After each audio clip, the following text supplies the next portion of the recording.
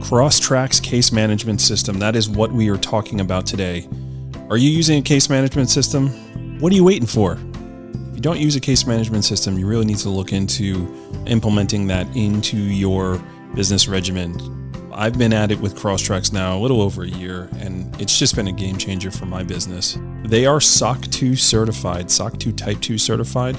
If you don't know what that means, it means that their encryption system is second to none. And you have to go through a whole screening process to figure out if you can even qualify for that, and they have. So you know with certainty your data is being protected. I don't think there's another case management system out there that offers that same ability to have the SOC 2 Type 2 certification.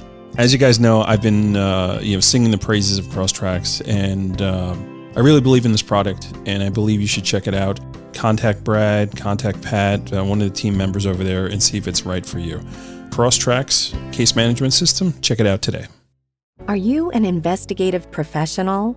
Did you know you can find the best private investigator resources using investigatorstoolbox.com? This resource community was built exclusively for licensed investigators and investigative professionals. You can network directly with members, educate yourself through free webinars and blogs, and even create your own customizable research library.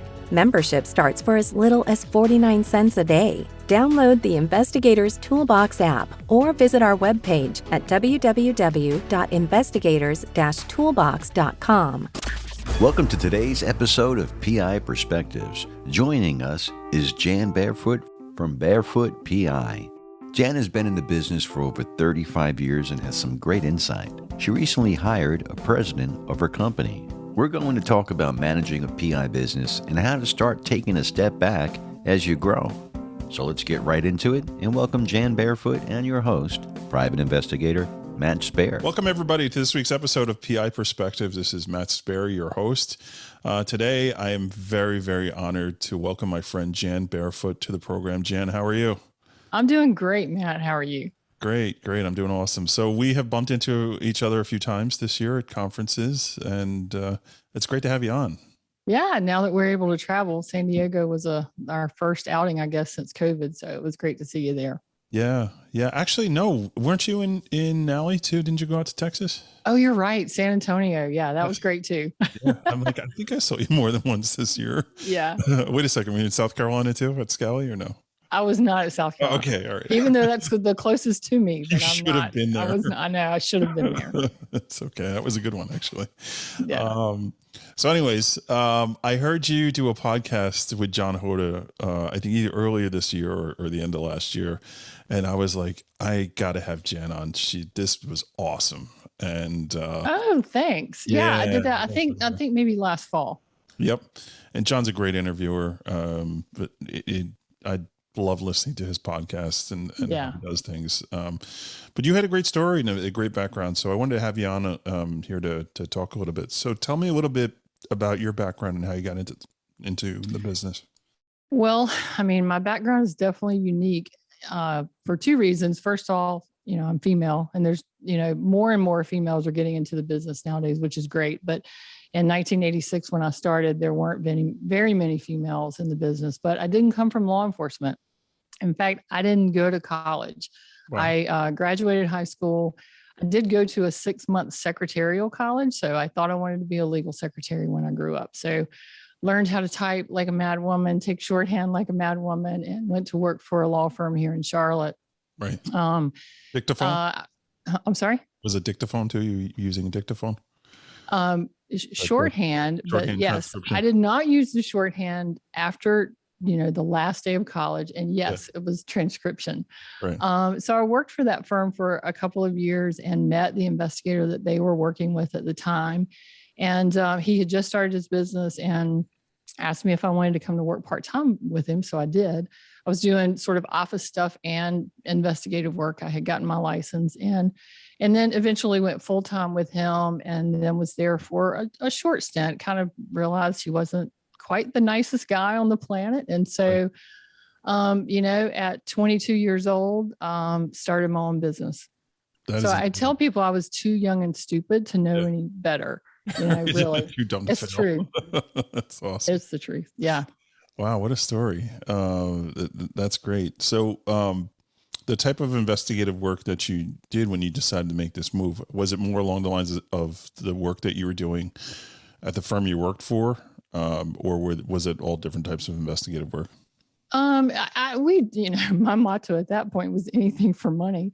So, I mean, that's when you start out, you still, at least for me, I still remember, the day the phone rang for the first time and it was a real case. The first couple of rings, it was just wrong numbers. And so, those days are just vividly burned into my memory. I mean, I didn't have a plan.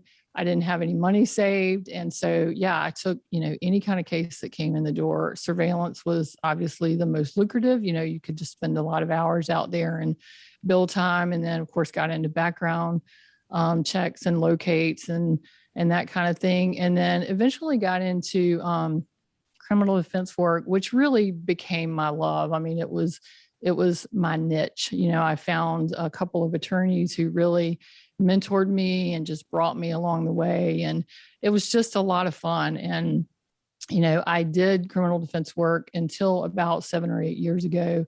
Right. Our state continued to decrease the rates that they were paying investigators. And so it was just, it was a hard decision, but I had to make the decision to stop doing court-appointed work. Right. We still do retained capital or first degree cases, but obviously there's not that many retained murder cases that you have. But thankfully, right. But over the years, I've worked, I think about 275 first degree cases, and about 125 of those were capital. So I've spent a lot of time on the streets. Yeah, we're going to talk about all that stuff a little bit later, because I think that's a super interesting topic, and we haven't really gotten into it. So Barefoot Investigations is your business, which you started at a ripe young age. So that's amazing. So obviously when you started, it was just you, but you have a different operation now. So tell me how you were able to build up over the years, and what has been your experience in how that has all changed since you started? Well, it's definitely changed a lot. I mean, when I started at 2022, I mean, really, I was doing everything. I mean, I was typing the reports. I was, doing all the office work, paying the bills, doing the surveillance, so there was 20 hours a day, like many of us have done, when we started out. And then very quickly, I moved into an office space. Back in the day, the first yellow page ad I got, I took a leap of faith and got a quarter page ad, which was a big deal back then. In 1988, I was paying over $2,000 for a quarter page ad, which was painful at the time. But so I moved into an office, and over the years just kept adding people, but really got to a point where 6 or 7, of us total, office manager, and then 5 or 6 investigators, kind of became what I considered my sweet spot. Right. I was comfortable. It got to a point where the business kind of ran itself. I didn't have to be there every day, even though, I still was. Right. And then in, 2000, I had our first daughter. And so I was able to just really have the best of both worlds. I was able to have a business that was lucrative, that, was great support for our family, and then be with, our kids. So we subsequently had a second daughter 2 years later. Mm-hmm. And so for, 17 years or so, I balanced motherhood, raising kids, being at all their activities, never missing a softball game, and still being able to run a business. And so that was what I called the sweet spot. Yeah. And so now our kids are away at college, and, really COVID is in part what sparked this. How can I develop? How can I continue to grow? How can I continue to change? And just make Barefoot PI a place that I can stay around as long as I want to stay around. And then as I decide to start phasing out, how can it continue to make me money? And I realized at that point that I need to change my mindset and move to a growth, a vision of growth and expansion. And what I had was working great, and I was very comfortable for many, many years. But now we've had a lot of changes at our company within the past 10 months. And so we're moving definitely on a different trajectory. Yeah. Well, I'm waiting for the franchise to come out. You'll be the first that I call. Don't under wraps still. Stop it. Right. It's a great name too. It's like they tell you don't make it your last name, right? Never make your agency your last name, because what are they buying, yes. Right? They're buying you, right. Or they're buying the company. But your name actually works. So you're the It does. I just couldn't resist. I mean, Of course, I didn't know any better back in the day, but yes, you're right. Now they say, you don't want to be the value of your business. You want their business to value itself. But I couldn't resist. I mean, it is a great name. Sure. People remember it. Everybody, people ask me, oh, where's your name? Is it Indian? Are you Native American? Of course, obviously I have no Native American features. And I really did not ever know the origin of my last name. It's my maiden name. I didn't take my Brian's name when we got married. I didn't know it until about 2 years ago. And I had a neighbor who was really big into ancestry. And she said, I just want to research it. And I said, great, I would love to know. And there's lots of crazy backstories, but in the end, we're basically from Wales. So in fact, there is not, from what she could determine, there's not a Native American tribe that's barefoot. There's Blackfoot, but no barefoot. Interesting. Very interesting. Did you hire her as a researcher when she was done, or no? I have. Of course you did. She's phenomenal. She sounds awesome. She is absolutely phenomenal. So yes, I have paid her, but she has more money than she needs. So she likes to be paid in wine, not cash. There you go. All right. Some good vintage out there. Right. And it appreciates too, right? So absolutely. Hold on to them. Right. Fantastic. When's the Barefoot wine coming out? Well, there is Barefoot wine. Unfortunately, I'm just not a part of it. No, that's not. Right. Yeah. It's funny. Back in the 80s, before Barefoot wine was on the East Coast, I don't even know when they started, but I had an attorney friend who had gone out to California, and he brought me back a bottle of Barefoot wine. I still have it. This was in the late 80s, before we had even heard of Barefoot wine out here. And I still have that very bottle. So you didn't send him a cease and desist letter? Is it like trademark? No issues? Didn't do it. All right. Super interesting. Very cool. Yeah, it's exciting. I mean, listen, me as a business owner, and my operation has been bigger. It's been smaller, but I think you're right in the sweet spot for me. Anyways, is around 4 or 5 employees, and I'm in that growth phase now too, where it's probably going to expand a little bit. So having those conversations with you at conferences about that's encouraging for me, because you're a few more years in this than me, and just seeing how you get there, and when you make that decision to make that transition, what does that look like? Is something that, in my head, I'd like to do it. I have the 7-year plan, where do I see myself in 7 years? And that's definitely something I've considered. So the idea of hiring, a chief executive officer or something like that, is crazy, but it's not impossible, right? Yeah. I mean, really, I have to give credit to Brian, my husband. As you know, he owns Delta View Forensic Engineering, and he started in my conference room about 17 years ago, right. Just him. And he's grown his business to almost 60 employees and 5 different offices. And he really has that gift of vision that I never had. I mean, I always just would tell people I'm a fly by the seat of my pants kind of gal. I mean, it's just what I was. It's like, I'd get up. All right, what are we doing today? Let's take care of this. Let's knock it off the list, mark it off the list, and just feel good about what we did. Sure. And so really during COVID, when we were at home, we just started having conversations about, okay, what are we going to do in retirement? We're planning a sabbatical in about 5 years. And so how is this going to look, and how is this going to work? And so he really has been just an awesome mentor for me. And that sounds probably silly to say your husband's a mentor, but we're both business owners, and it's just been a great resource. And so we were just really able to, the more we talked, the more my mind started to sort of change, because, when you've been doing something the same way for 35 years, 4 years at the time, it's hard to even think differently, because you're just so used to thinking the same way. And so, he'd given me a couple of books to read. I mean, one of the great first books that I read was E-Myth Revisited. And, that is about a sort of a family style business that, everybody jumps in and everybody has their hands in everything, and you don't, you're too afraid to expand.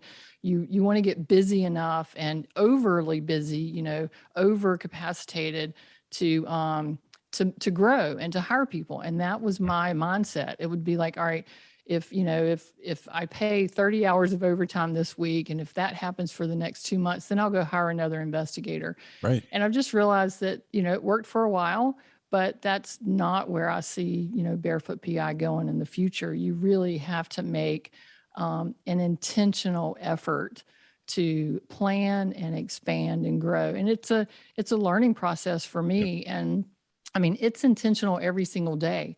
I read books, the five dysfunctions of a team, the 5 levels of leadership. Yep. Those are things that I've just been reading and learning. Was it Simon Sinek is another guy? If you read any of his stuff. That's not his, but you're right. It's not his, but yeah, he's a great, hey, motivates you to run your business or do things in a right way. I've read a couple of his. I'm terrible at book names. And honestly, I audiobook. I don't have the time to sit there and read. Yeah. I cheat. I'll be the first to admit it. I'm in my car a lot, so I'm either podcasting or listening to audiobooks to get through the time. But and as I mean, it's scary. I mean, you have to take a leap of faith. But what I have found is that leap of faith has created energy within our company that I never even knew existed. And honestly, that energy in and of itself has created work somehow. I think it's magical. I mean, this is no lie. When I first started my business, I had business cards printed. I went and knocked on doors for attorneys, tried to see whoever I could. I was 22 years old. I stunk at it. I mean, I was terrible at it. I hated it.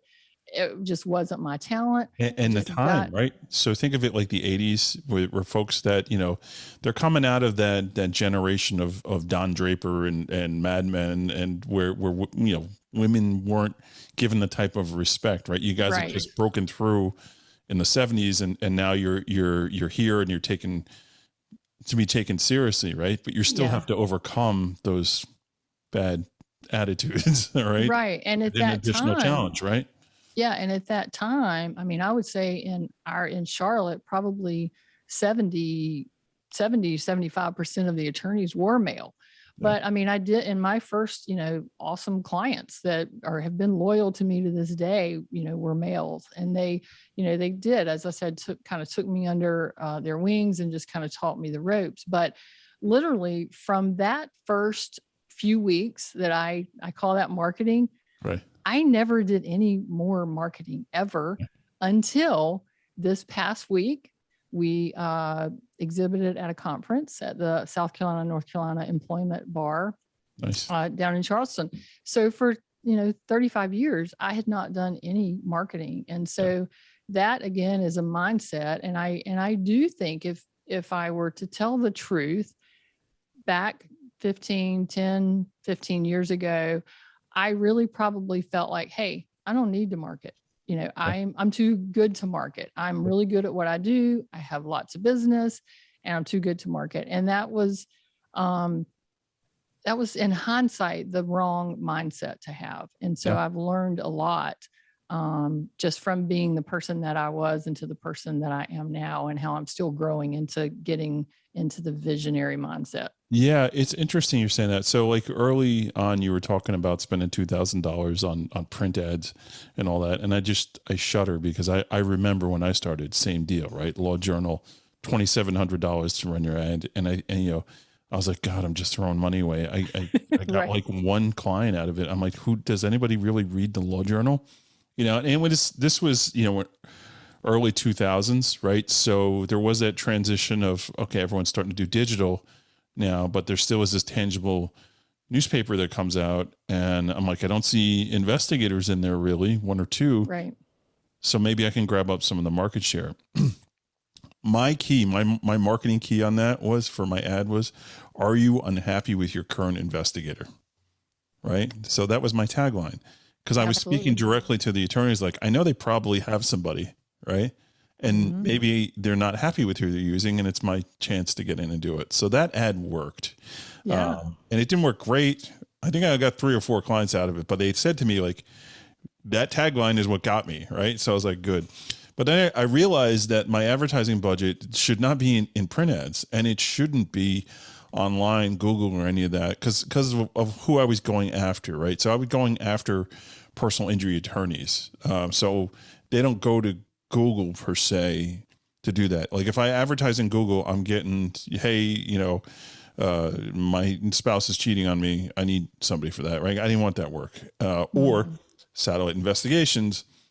I need a satellite image of the accident that happened 2 weeks ago. And to this day, I still get those phone calls. And right. The people, the tinfoil on their heads, they're calling me about this stuff. And that's, shame on me for naming my business Satellite. It's like, that's what you get, dude. Yeah, right. So it's interesting that you say that in identifying. And I think you're right. We get into these mindsets of, this is good, right? I'm making a living here. I'm supporting my family. I'm happy. Everything's firing in the right direction. Do I want it to be more? And are we afraid that we'll fail if we try and make it more? Am I going to blow this thing up if I take a chance? It's interesting that you're saying that, because I've had those thoughts in my head, right? And, I always told myself when I started, like, I want to be boutique. I want to be a boutique investigation firm. I'm not that guy that's going to have this huge, investigative firm and try and run that, because I had friends that had 80 investigator companies that, it blew up.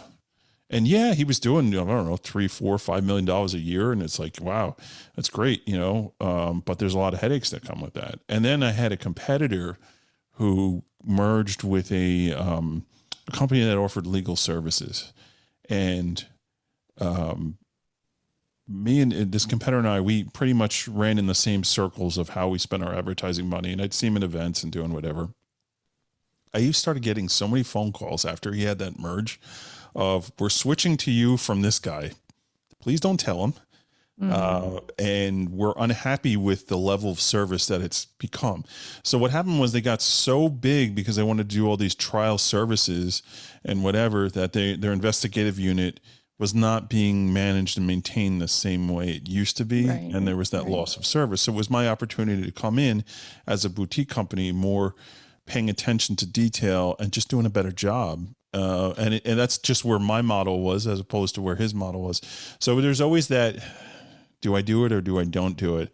And something you said, I think is really interesting. And we'll cover this before we jump into the break, that you have happy people working for you, that the culture and the mindset that you've set with the people working for you, is you think that's how you're getting more business. You couldn't be more right about that, right?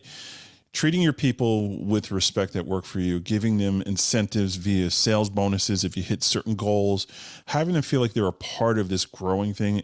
It's so important. I've talked about this many, many times, and I'll say it till the end of time, how important that is. So it really just, I think you've identified something here, and you've definitely, you're going in the right direction on that. Well, talk about being scared. I mean, that, there's just things you have to take a leap of faith on. And as I've mentioned to you, we hired a president in January. Yep. That's Chris Foreman, and his background is he's got an MBA. He came from the consulting background. So he knew nothing about investigations before he came in. And so, 10 years ago, that Jan would have said, oh, there's no way I could ever hire anybody that knows nothing about investigations. What could they do? What would they do? Because we were, I was of the mindset of, I was never a control freak, but I was like, oh yeah, I can do that. Nobody can do it like me. I can do that. And so now it's been, he's come in, he's from the consulting world. Yeah. It's a big salary for me to take on. It was a big, giant leap. Yeah. He's only 32, but he's brilliant. And it's been the most exciting thing that's happened to my business ever by far. And one of his questions when we interviewed him, he was like, why are you doing this now? You've been in business 30 something years. Why are you doing it now? And, my answer was that I wasn't ready 20 years ago. Again, as I went through my comfort zone, my sweet spot, raising my kids, and then, building the business that we had, or at least maintaining, I just wasn't ready to let somebody in to take that side of it. And Sure. It's been the greatest compliment. I mean, he is just fabulous on business development, processes, procedures, team building. And so I have now been able to become, the subject matter expert. I don't have to figure out who's billing what percentage of time, and are they billing the right percentage of time? Are they paying for themselves? What should the salaries be? Who do we hire next? I mean, we've hired 4 or 5 people in the last 6 months. And again, we didn't start marketing until last week. So there is some energy that comes with it. Now, with all that, he's the president. And so I had to give up my office. I've had the corner office for all this time. And so we actually just gutted our entire office. We opened it up to make it a little more collaborative. We had to create more seats for people because we knew we were going to hire people.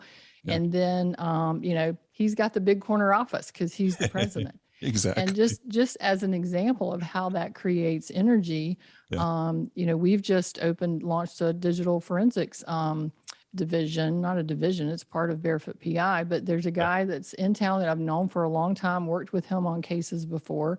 He had gone to a bank to do their forensics work, big cushy job. He had it made. He could have just rolled right on out to retirement.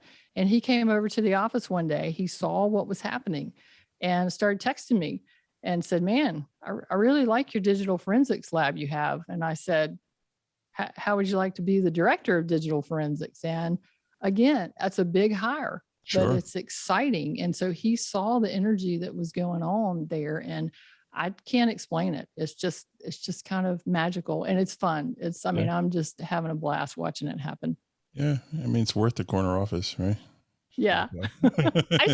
I like my office. I have a nice glass, and I like my office. I work out of a cubicle in a lawyer's office, right? I have not earned that corner office yet. And I'm kidding, because my other office is it's just me, and it's a big, huge room. And I guess my corner office is my house, the area that I've allocated, that's mine. When we built a house, I guess it's about 1.5 years ago, and I have an office, like, it was designed specifically for me to work more at home. Huge windows, like great lighting and all that. And it's great. It's hard not to work from home sometimes because it's just so comfortable here. And not having to commute. And that's the other interesting thing with COVID. It that changed the whole mindsets too, of not only us, but our clients, right? Where they used to have that face-to-face, but now it's like, let's do a Zoom, or let's, you don't have to come in, or I'm working from home. And I noticed the attitudes of, I need this right away. Like, this gotta happen. Like, that stuff is gone. People, as their whole mindset has changed. It's like, I need this when you can get to it, just get to it, because it's life. You're exactly right. Fell apart here for everybody. Yeah. So, well, and it's whatever works. But, I feel like that, if there are people out there who are looking to, just not let their PI business fizzle out, think about it. You've built it. It's successful. For me, it's like, I'm not going to retire anytime soon because I just love what I do. Right. But, 10 years from now, 15 years from now, what would happen to it? So I had to start putting some thought into it, because I have a huge client base, fortunately, and I just didn't want it to just fizzle out. And it's rare that you have somebody on your staff that's a great investigator that can run a business. Yeah. And so I didn't have anybody that could run. I have great investigators, great employees, but they can't run a business. And that's the reason we brought Chris in. And so, again, I feel like what I've learned in the last 6 months is that I have to be very intentional about growth and what happens next, and learning. Yes, I've been the leader of my business, but, there's different levels of leadership, as John Maxwell says. And I'm learning where I fall on that level, and it's not very high yet, but I'm learning what I need to do to continue to grow and move up that level. John Maxwell is actually great. I know that name. Yeah. That's a good one. He's got some good insight. Our pastor actually at my church is a big Maxwell fan. He's always nice. Yes, nice. Yes, stuff. Yeah, it's he is famous for working with a lot of churches for sure. Yeah, really cool. So we have really overextended into break time, but we're gonna take a break now. And I teased earlier that we were going to do first degree murder, capital stuff. But I feel like I want to maybe bring it back a different time to talk about that stuff because because we're here on this, and I feel like we're onto some nuggets that are useful for some people. So you've just earned yourself another spot. Nice, I love it. Thank you. Yeah, that's cool. So we're going to take a break real quick. So everybody sit tight. And when we come back, we're just going to keep hammering down on this stuff because I think we got some good nuggets here. So everybody sit tight and we'll be right back. Want full data access without a site inspection? IRB Search gives you full Social Security numbers, dates of birth, up-to-date contact info, and so much more without the inconvenience or cost of an inspection. As an added bonus, you can access IRB data on any device in any location. You'll always have the best data anytime, anywhere. Visit irbsearch.com and use exclusive promo code PIPOD2021 for a free trial and 100 credits. Offer available for new and returning customers. In 2019, Investigation Education Consultants added a new affiliate in its never-ending quest to provide quality professional investigative training. IEC is now offering certificate courses and investigative training online.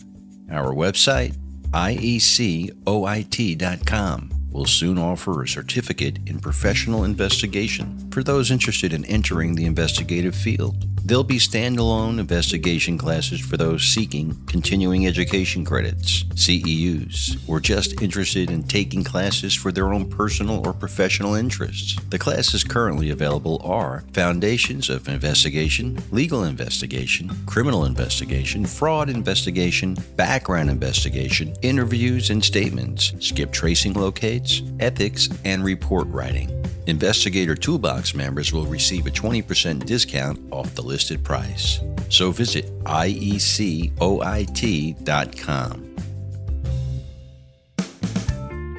Check out the latest issue of PI Magazine. Robert Freed and Dr. Henry Lee grace to cover. Get it online or via hard copy. And if you're in the Owings Mills area of Maryland, or not far from it, come meet Matt this Friday for the Maryland Investigators and Security Association event. The event takes place November 18th, so learn more at misahq.com. We'll leave a link in the description. And welcome back to PI Perspectives. This is Matt Spaier, your host. Today we are talking to Jan Barefoot. Jan, welcome back to the program. Thanks. Yeah, so we teased everybody that we were going to talk about capital murder cases today, but that's not happening. So we're gonna stick on the. I got a little long-winded. Sorry. Yeah, no, it's okay. It's okay. I didn't want to change here because I feel like with the time left, we wouldn't be able to cover that other subject as well. So we'll just have you back on. That's simple. Well, and that is definitely something that I am very passionate about. I mean, I think it's my niche. I learned so much from so many great attorneys, and I just really love it. Yeah. Yeah. Well, and we'll definitely have you back sooner rather than later. So getting back into what we were talking about before, this whole growth of your business and identifying when to do it or how to identify the right way to do it. I think it speaks to the mid-sized companies, but also the smaller companies. I remember, I guess it was 2007. So I started my business in 2005. And in 2007, I realized I couldn't do everything by myself anymore. And I had this mindset of, I will only hire people that make me money, right? So hiring an admin, hiring a bookkeeper, that's just throwing money away, right? That was my mindset. And I'm like, I need to hire a field investigator to help me actually do that kind of work. And that's what I ended up doing. And I had a gentleman start working for me. I guess he was with me almost 7.5, 8 years. He was a great employee. And it allowed me to grow my business, but the business stalled because I was still doing all the back end work. I was still doing the billing. I was still doing the collections. I was doing marketing to get new clients. I was doing some investigative work, but he was doing the majority of the stuff, and we were kind of splitting things up. So then I hired another field investigator so I could do that, and I continued to grow, right? But still, I was hitting that point where I wasn't really doing it. I had enough people that were making money. I was making money. I was able to buy a house. I mean, it was heading in the right direction. But it wasn't until I hired actually I call her an operations manager. And man, it was one of the best decisions I ever made because I pay her and she doesn't necessarily bill for me, but what she does, she frees me up to do what I need to do, which is get new clients and work on the harder cases and, my specialty and things that need to be done there. And that just, it took me to a whole nother level. And how is that with you, with your experience? Did you notice the same thing? Well, I mean, I did, the first person I hired, was a surveillance investigator. And then pretty soon after that, I hired an office manager, and that was the person who did the transcription of the tapes, typed the reports, all the billing, setting up files and that kind of thing. And, so I feel like that was one of the best hires I've had for sure. But one of my many lessons that I have learned this year is that everybody's got to be productive. The non-admin people have to be productive. They have to bill, a certain amount based on their salary or a certain percentage. You need to have that multiplier, hopefully near 3. Right. But what I've really found is that it's not about how much office time I'm paying my investigators. If they were coming in billing time to office, and not billing a client, then I was always pretty mindful of that and pretty thoughtful of, all right, I want to make sure that they're here for a short period of time. We're efficient with what they're doing. And I think I think they will tell you that I've definitely relaxed along those lines because for me, I'm seeing that I'm learning that it's more about the culture, than 2 hours of office time. And so, we get together more often. I mean, one of the things that we started doing as COVID, I think it's really has really been the trigger for me going in this direction. We had moved to Office 365 in January, the year before COVID. Right. And so, when COVID hit, of course, we didn't stay slow for very long, but yes, there was that slow period where all the attorneys were transitioning to home and everybody was figuring out what Zoom was. And so nobody was touching any files. That's exactly what I noticed, right? So they were home, they had work to do, but they didn't do it. Not until like June, they started, okay, now I'll pick a file. Yes, right. Exactly. And so, we had Microsoft Teams. And so, Brian was like, you guys just need to start having team calls. You need to have meetings. And I'm like, well, what are we going to talk about? And he's just like, well, you'll figure it out. And I can't tell you how clueless I was then in March of 2020 about building a team and cultivating the culture. I mean, we had a great culture anyway, but it's just exponentially better now. So I was so clueless back in March of 2020 to now.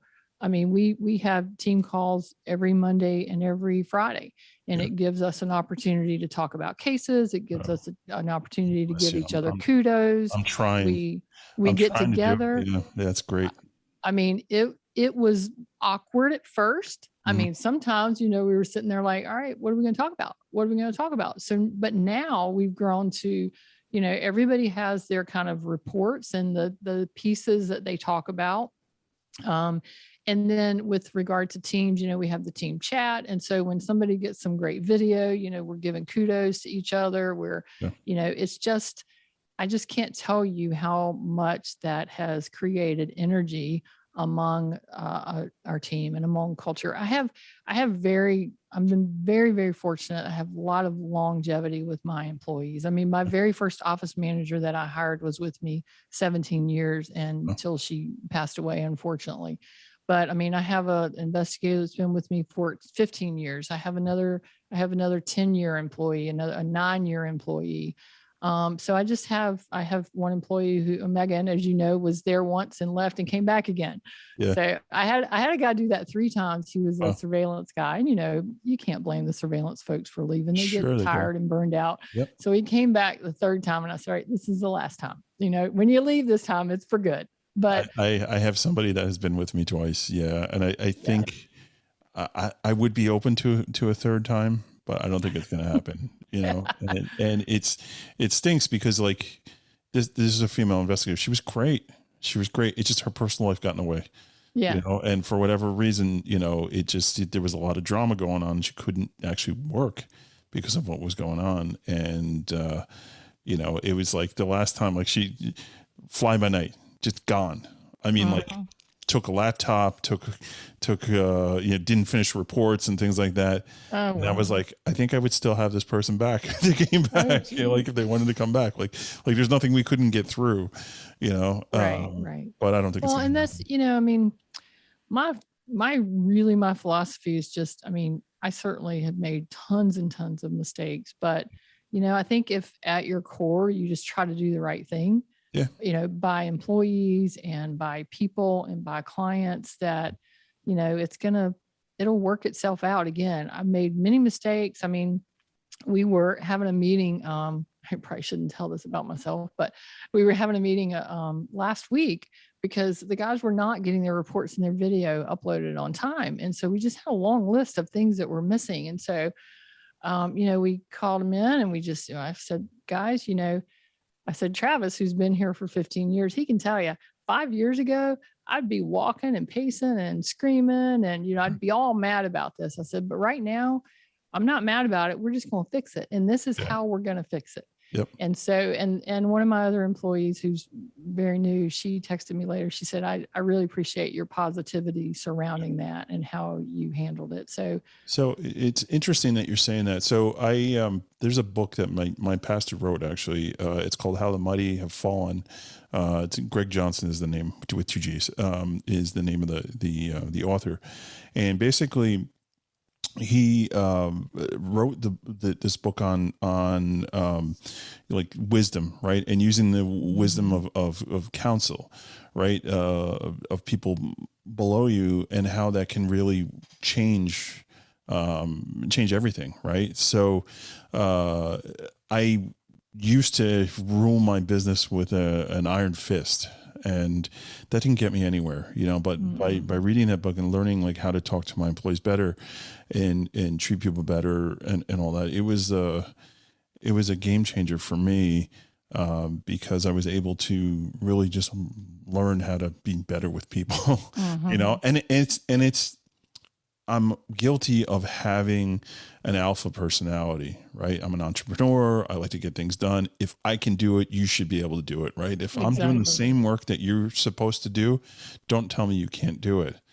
And you can't have that attitude, right? Because there's always more to the story as to why. Okay, so why is this person struggling, as opposed to you're not a good person, you got to get out of here, right? Right. Just looking at things differently. Right. I love your idea of teams, and I jumped in and said, "Yeah, I'm trying to do it. I'm almost there." So I want to do it. I just haven't had the time to really loop everybody in and do it. And it's something I know I need to do, but I'm thinking in my head, like, as you're doing that, like one of the benefits of having this is like, okay, I'm doing this research here. This is what I've done so far. And I'm hitting a wall. Mm-hmm. And it's like, okay, one of the other guys said, well, did you try this? How about if you do it this way?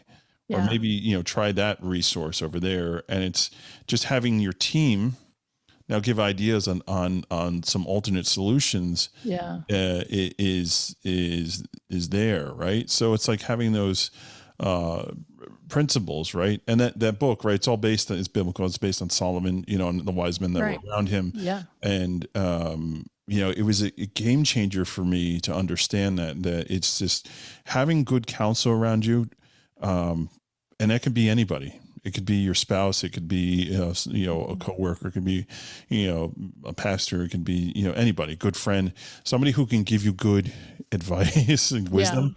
Well, important. ironically, we started, again, because at that point, we couldn't go out and do surveillance. There was lots of things that we couldn't do. Courthouses were closed. And so we started with training. I said, all right, guys, look. And, I had said to them, I'm going to, we'll pay you a certain minimum per week. Right. And we're going to do training. And as part of that training, we're going to do presentations. And so I had each of them, they rotated. They would do certain training, in a particular week, and they would present to the team the next week about what they learned. And so that taught them how to do spreadsheets. It taught them a little bit about presentation, which they don't normally get to do. So I felt like it was creating some skills that they didn't have. And so, we learned a lot through that. We even had back then everybody was getting out walking once the weather finally turned. And so they were doing exercise. And we even had a fitness challenge. And so we had a set number of goals that if all of the entire team, did some kind of workout, it could have been walking your dog. We counted pretty much everything. If you did some sort of activity every day for the month, then they got an outing once COVID got over with. In fact, we just did that outing a few weeks ago at Topgolf. So, they kept saying, when are we going to do our fitness challenge outing? When are we going to get that? So those were things that we just tried to be creative, and that helped the team's call thing become a little more natural. Does somebody win a prize for the longest drive or no? He did have the longest drive, but his prize was going to Topgolf. So he did have the back thing. But you're talking about, ruling with a heavy hand, and I don't know that I would put myself in that category. Some of my employees might, but certainly in my younger years, I was more high strung. I mean, heck, I was raising two kids. I was out on capital cases on the street with attorneys, and I would take them down the street and drop them at Starbucks because I was still nursing and I had to pump. So, who's not going to be crazy during that time? It's the hormones. It was just the hormones. But really, I think one of the talents too is knowing that you have good people that are not always good at everything. You talked about, well, I do this. Why can't you do that? And so that was an adjustment for me too. Yeah. Now I'll tell my surveillance guys all day long, I have crawled through the woods. I have sat in the rain. I have went through done all kind of things on surveillance. So don't even come whining to me about that. Yeah. But, I have an employee who is, pretty severely ADD, and he has the best heart. He is a great surveillance investigator. He's great with clients. He's just not organized. And so for a couple of years, he was our surveillance case manager. And, it was trying to put a square peg in a round hole. Yeah. And, so we finally just mutually agreed, this is not where you thrive. And so I think the two of us realizing that was not where he, it just wasn't a good fit for him. Let's move him over here. This is what you are really good at, and own it. There's nothing wrong with being a surveillance investigator. In fact, it takes a huge amount of talent. It takes guts. It takes determination. You know what it takes. Yeah. And so I think for knowing your employees and establishing that kind of a relationship with them to let them know that you want what's best for them. You're not just trying to get some billing time out of them. You want them to be happy. You want to put them in a place that's going to be a great fit, because then everybody thrives. Yeah. Especially if they're driven to get the job done correctly and not just get the job done, and there's some incentive on there. It's going to impress your client, right? You're going to get that next assignment. It's a win for everybody. Yeah. I mean, really for us, and I know for everybody for the most part, but it is all about the clients. I mean, I tell my team frequently, yes, these domestic cases can be a pain. They can be aggravating, but these folks are going through the worst time in their entire life. Yeah. And most of them have no one else to talk to but us, because we're the only ones that know what's going on. And so, we're calling them. I've done that psychologist couch a few times. Absolutely. And it really is, it's about helping people find the answers that they need. Even if we deliver bad news to a domestic client, that his or her spouse is having an affair, what that is, I've seen that information bring them peace, even if it's bad news, even if it's not what they want to hear, it brings them information. And so now they know how they can move forward. They know how to deal with it. It's the unknown that drives them crazy. Absolutely. Absolutely. So I think we're going to wind down here. This was great. I mean, thank you so much for your insight. And I love this kind of stuff. Even this episode's probably self-serving for me because I am at the transition spot. And I'm like, well, at least one person will watch it, right? Yeah, at least one person. So I was like, all right, I had a good amount of time, almost an hour, to talk to Jan about how she, in that transition, because that's the next step for me, right? Yeah.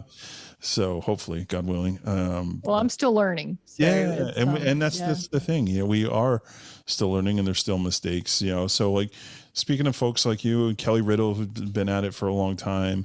Harry Gold, another one who's been around for a bit, and John Hoda, obviously. Like, you guys are national treasures. It's really.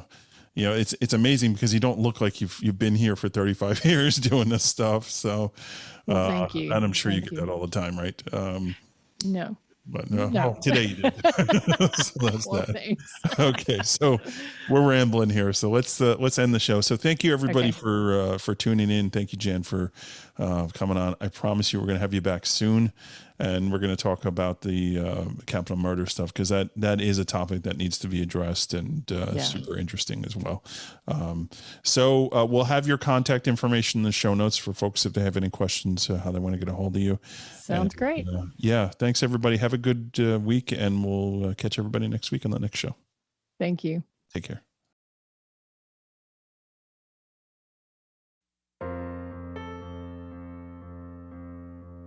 Thanks to Jan for coming on. We'll have her back soon to talk about capital murder investigations. And we'd also like to thank Crosstracks, IRB, and IEC for sponsoring the show. So please support our great supporters. And did you know Investigators Toolbox has an app for Apple and Google? Take a few minutes and check out the website to really help boost your business, your networking, and your research capabilities. Use code PIP201836 and save $20 when you join. If you have a question or comment about the show, email Matt at matthews@satellitepi.com, and you can find him on LinkedIn, Instagram, and Facebook. He'd like your feedback to bring you the best shows possible. And we'll be back next Monday with a new show, so make sure you tune in and stay safe out there.